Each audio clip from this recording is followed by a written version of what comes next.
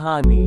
नैना का विवाह जमींदार परिवार में हुआ था। उसके ससुराल वाले अपने कस्बे के जाने माने प्रतिष्ठित लोग थे। नैना के ससुर नैना के पापा के स्कूल समय के दोस्त थे। नैना के पिता अपनी पढ़ाई पूरी करने के बाद विदेश चले गए। वहां कुछ दिन रहने के बाद उन्हें अपने देश और गांव की यादें सताने लगी। तब नैना के पिता डॉक्टर भुवनेश्वर, जिसे सभी डॉक्टर भुवन कहते थे, भारत आकर अपने गांव के कस्बे में ही अपना एक छोटा सा अस्पताल खोल लिया। नैना की ससुराल और मायका एक ही कस्बे में था। नैना के ससुराल में सब ठीक था, पर उसके जेठ और ससुर से घर के सभी लोग बहुत डरते थे। नैना की सास और जेठानी बहुत सीधी थी। वह दोनों अपने पतियों से हमेशा डरी रहती थी। ये बात नैना को खटकती रहती थी। उसने अपने पति प्रकाश से इस विषय में बात करनी चाहिए, तो उन्होंने उसकी कोई भी बात नहीं सुनी। समय अपनी गति से चलता रहा। नैना की शादी को 6 महीने हो गए थे। दीपावली का त्योहार आने वाला था। पूरी हवेली का रंग रोगन हो रहा था। एक दिन कुछ बेकार का सामान नैना को आंगन में रखा हुआ दिखाई दिया। उसने सोचा, चलो इसे स्टोर रूम में रख देते हैं। नैना सामान लेकर स्टोर रूम में गई। उसने सामान रखा तो उसे महसूस हुआ जैसे वहां कुछ खटक पटक की आवाज आ रही हो। उसने कमरे में नजर दौड़ाई तो वहां सब सामान्य था। नैना जैसे जाने के लिए बढ़ी, फिर आवाज आई। उसने मुड़कर देखा तो कोने में रखे एक लकड़ी के बड़े संदूक से आवाज आ रही थी। नैना ने सोचा, लकड़ी का बॉक्स है, चूहे ने काट कर उसे अपना घर बना लिया होगा। ये सोचकर वह संदूक के पास गई। उसमें ताला लगा हुआ था। उसने ताला पकड़कर हिलाया, ताला खुलकर नैना के हाथ में आ गया। नैना ने बॉक्स का ढक्कन जैसे हटाया, किसी के कराहने की आवाज आई। नैना आवाज सुनकर डर गई, पर जब उसने देखा तो वहां कोई नहीं था। वह बॉक्स किताबों से भरा हुआ था। नैना को किताबें पढ़ने का शौक था। उसने किताबों को उलट पलट कर देखना शुरू किया। फिर नैना को कराहने की आवाज आई। नैना ने दरवाजे की ओर देखा, वहां भी कोई नहीं था। नैना ने गहरी सांस ली और मन ही मन सोचने लगी, मेरे कान बज रहे हैं। उसने बॉक्स बंद करना चाहा, तभी बॉक्स से एक किताब नीचे गिर गई। नैना ने जैसे ही उस किताब को उठाकर बॉक्स में रखना चाहा, किताब उसके हाथ से छूटकर दूर जा गिरी। जब नैना ने किताब उठाया तो उसमें से सूखा हुआ गुलाब का फूल गिरा। वह कोई कविताओं की किताब थी। नैना को कविताएं पढ़ने का शौक था। उसने किताब को उठा लिया और अपने कमरे में आ गई। उसने किताब अलमारी पर रखी और अपनी सास के पास चली गई। वह दीपावली पूजन की तैयारी कर रही थी। उन्होंने नैना से कहा, बहू कल दीपावली है, घर के किसी भी कोने में अंधेरा नहीं होना चाहिए, क्योंकि दीपावली अमावस्या को मनाई जाती है। उस दिन बुरी शक्तियां चारों ओर घूमती हैं। ठीक है माँ जी, मैं इसका विशेष ध्यान रखूंगी। पर माँ जी, आप इतनी उदास क्यों हैं? नैना ने पूछा। कुछ नहीं बहू, बस नीना की याद आ जाती है हर त्योहार पर। उसे दीपावली का त्योहार बहुत पसंद था। उसे पटाखे जलाने का बहुत शौक था। जब उसकी याद आती है तो मन दुखी हो जाता है बहू, नैना की सास ने दर्द भरी आवाज में कहा। तभी नैना की जेठानी वहां आ गई। बात वहीं समाप्त हो गई। नैना अपने कमरे की ओर चली गई। वह जब कमरे के पास पहुंची तो उसे कमरे के अंदर से किसी लड़की की आवाज सुनाई दी, जैसे वह कोई कविता गाकर पढ़ रही है। नैना ने जल्दी से दरवाजे को धक्का दिया और कमरे में आ गई, पर वहां कोई नहीं था। उसने सोचा यह उसका वहम होगा। जब नैना अपने बिस्तर पर बैठी तो वहां वही किताब रखी हुई दिखाई दी। नैना किताब को बिस्तर पर देखकर चौंक गई, क्योंकि उसे अच्छी तरह याद था कि उसने किताब अलमारी पर रखा था। फिर अपने मन के विचारों को झटक दिया। उसने सोचा, हो सकता है उसने किताब बिस्तर पर ही रखा हो। नैना किताब उठाकर उसके पन्ने पलटते लगी। अभी उसने कुछ पन्ने ही पलटे थे, उससे उस पन्ने पर एक औरत का खून में सना चेहरा दिखाई दिया। नैना के मुख से चीख निकल गई, उसकी सांसें तेज चलने लगी। जब उसने फिर किताब को देखा तो वहाँ कुछ नहीं था। नैना को अपने आप पर गुस्सा आने लगा, क्या वह फालतू की बात सोच रही है। नैना किताब पढ़ने लगी। उस किताब में प्रेम गीत, प्रेमी प्रेमिका के मिलन बिछोह से संबंधित कविताएं लिखी हुई थी। नैना ने जैसे ही अगला पेज पलटना चाहा, नैना को अपने हाथों पर बर्फ की तरह ठंडे हाथों का स्पर्श महसूस हुआ। नैना ने अपना हाथ वहां से खींचना चाहा तो उसे लगा कि किसी ने उसके हाथ को कसकर पकड़ लिया है। नैना के मुख से चीख निकल गई। उसकी आवाज सुनकर उसकी सास और जेठानी वहां आ गई। नैना का चेहरा डर से पीला पड़ गया था, वह पसीने से नहाई हुई थी।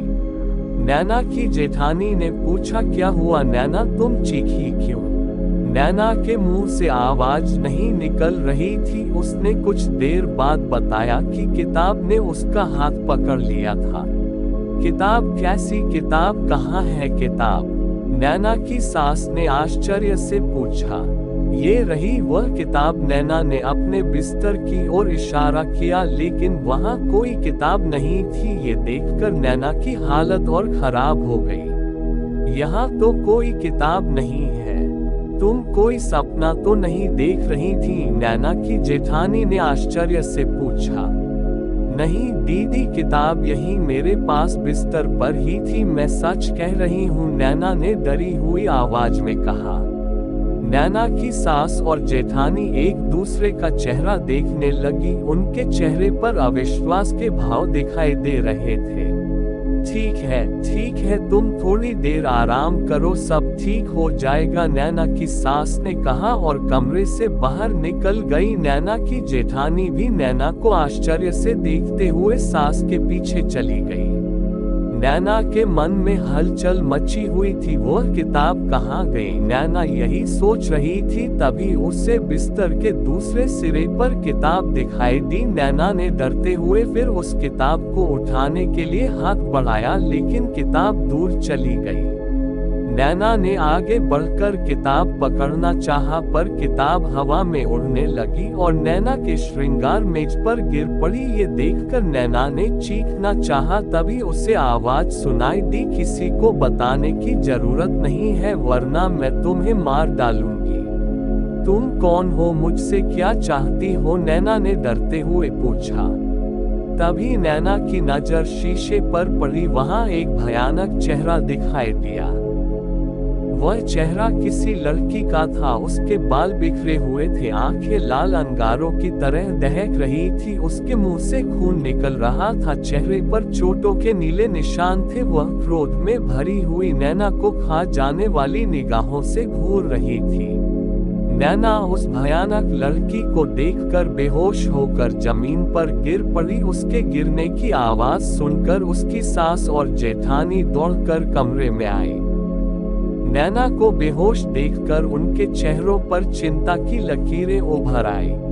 उन दोनों ने नैना को उठाकर बिस्तर पर लिटाया और उसके चेहरे पर पानी के छींटे मारकर होश में लाने का प्रयास करने लगी। नैना ने अपनी आंखें खोली और डरते हुए बताया कि एक भयानक लड़की का चेहरा उसे शीशे में दिखाई दिया था। उस लड़की का हुलिया सुनकर नैना की सास के मुंह से अनायास निकला, गौरी। गौरी का नाम सुनकर नैना चौंक कर आश्चर्य से पूछा, गौरी? गौरी कौन? लेकिन वह मुझे क्यों दिखाई दे रही है? मैंने उसका क्या बिगाड़ा है माँ जी? नैना ने डरते हुए पूछा। तभी कमरे में किताब के पन्नों के फड़फड़ाने की आवाज सुनाई देने लगी। सबने उस आवाज की दिशा में देखा तो वह किताब हवा में टंगी हुई थी और उसके पन्ने अपने आप फड़फड़ा रहे थे। देखा माँ जी, मैं न कहती थी कि यहाँ एक किताब थी तो आपने कहा कि मैंने कोई सपना देखा होगा, अब तो आपको विश्वास हो गया होगा, नैना ने डरी हुई आवाज में कहा।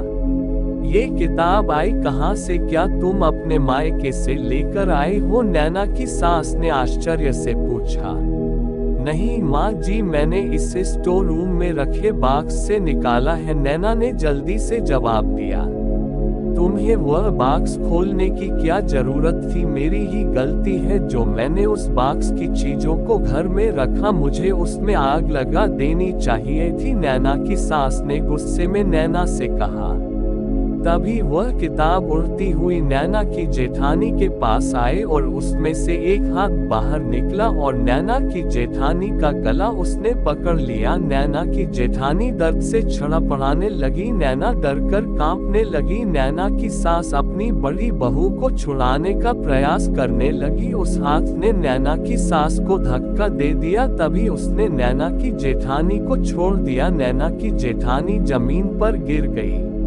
वह किताब फिर हवा में उड़ने लगी। तुम कौन हो और इस किताब में कैसे आए? हमने तुम्हारा क्या बिगाड़ा है जो हमें परेशान कर रही हो? नैना की सास ने पूछा।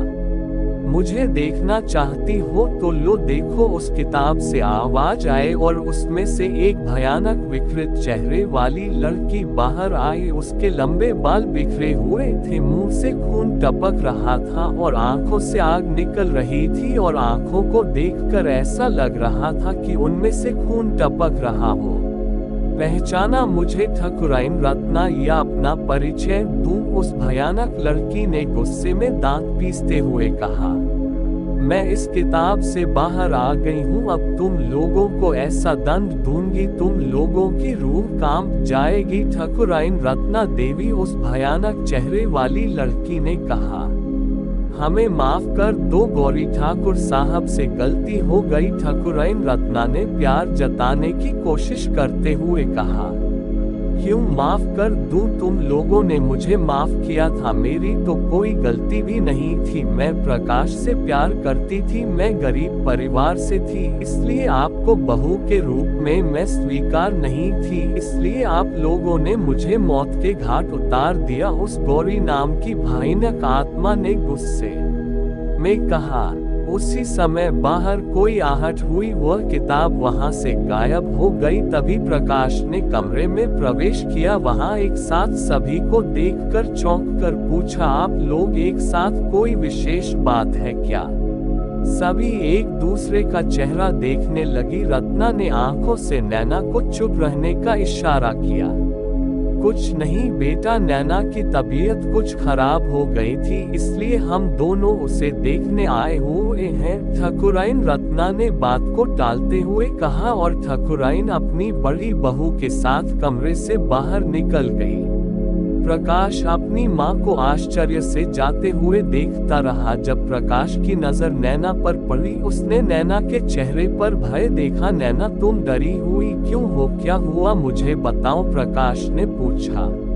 नैना अंदर से डरी हुई थी, उसके मन में भय व्याप्त था, कहीं उसने प्रकाश को कुछ बताया तो वह श्रापित किताब फिर न आ जाए, इसलिए उसने कहा कुछ नहीं हुआ है, मेरा पैर लड़खड़ाया और मैं गिर गई थी, मेरे पैर में मोच आ गई है, मैं ये सोचकर डर गई कहीं फ्रैक्चर न हो गया हो, यही सोचकर मैं डर रही हूँ। नैना ने बात बदल दिया। रात में सभी सो रहे थे, तभी नैना को अपने ससुर की चीखें सुनाई दी। छोड़ो छोड़ो, दूर हटो। नैना भय से कांपने लगी। उसने अपने पति को जगाया। क्या हुआ, मुझे क्यों जगाया? प्रकाश ने नींद में पूछा। पिताजी की चीख सुनाई दी है, नैना ने प्रकाश से कहा।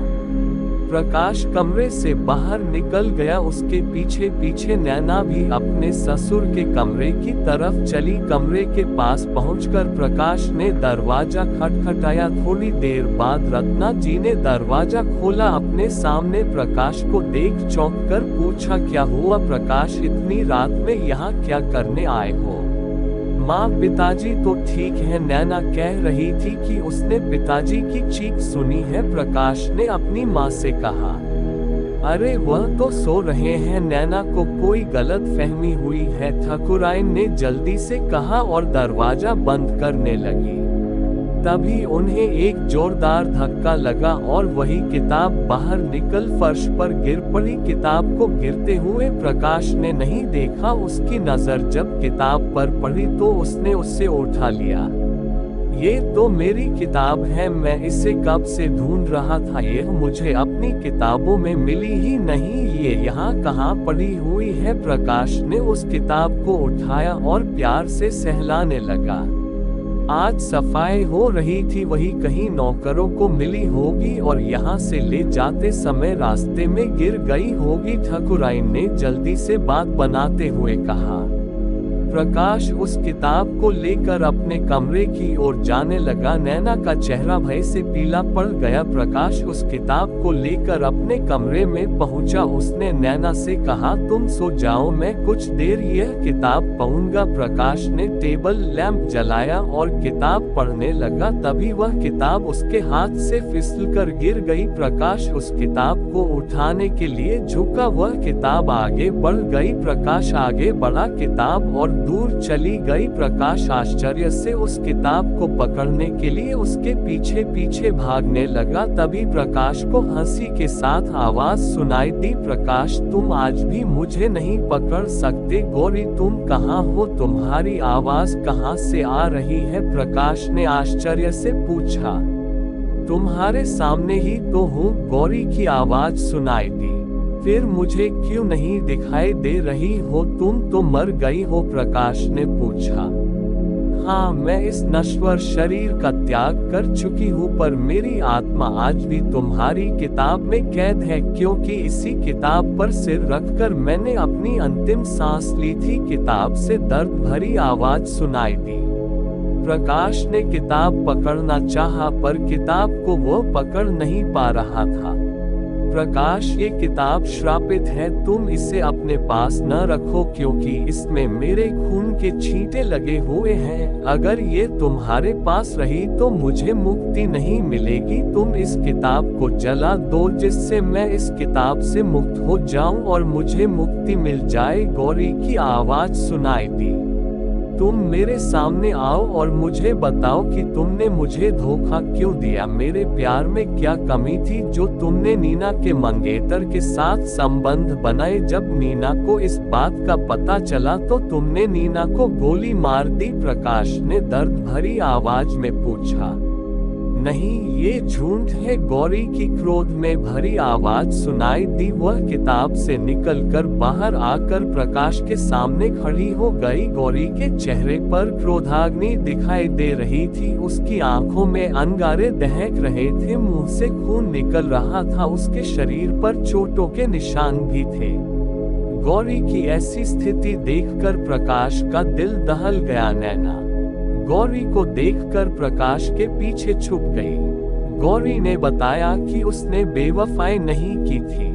गौरी ने बताना शुरू किया, प्रकाश, मेरा नीना के मंगेतर के साथ कोई नाजायज संबंध नहीं था। तुम मुझसे नफरत करने लगो, इसलिए तुम्हारे माता पिता, भाई और भाभी ने मुझे यहाँ बुलाया और कहा कि वह मेरी शादी तुमसे कराने के लिए तैयार हैं। मैं इन लोगों की बातों में आ गई। इन लोगों ने यहाँ बुलाकर धोखे से मुझे नींद की गोलियां खिला दी। उसके बाद इन लोगों ने मुझे गोली मारी। उस समय मैं तुम्हारी यही किताब पढ़ रही थी।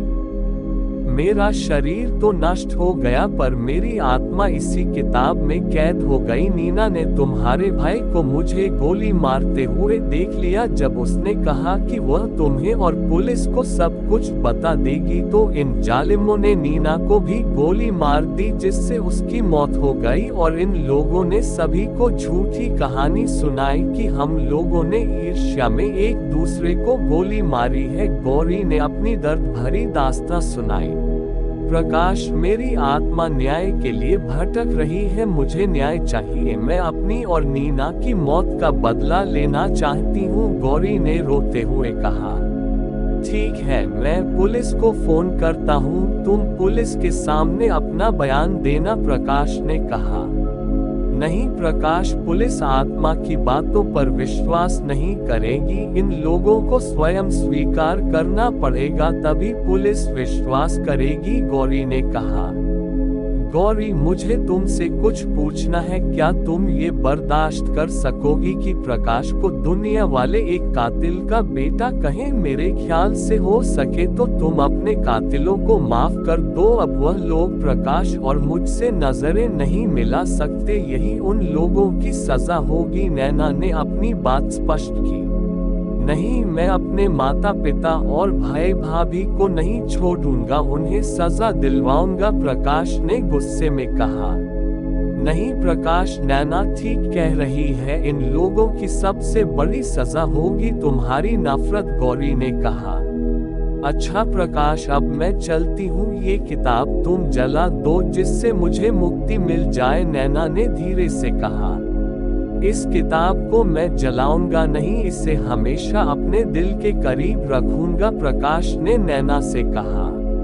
नहीं प्रकाश, इस किताब में मेरी आत्मा बसी हुई है, इसलिए ये किताब अब श्रापित किताब हो गई है। ये जहाँ भी रहेगी विनाशकारी लीला करेगी, जब तक इसका दाह संस्कार नहीं होगा मुझे मुक्ति भी नहीं मिल सकती। इसका अंतिम संस्कार कर दो, मैं और यह किताब दोनों ही श्राप मुक्त हो जाएंगे, गौरी ने कहा और वहां से चली गई। वह श्रापित किताब वहीं फर्श पर पड़ी रही।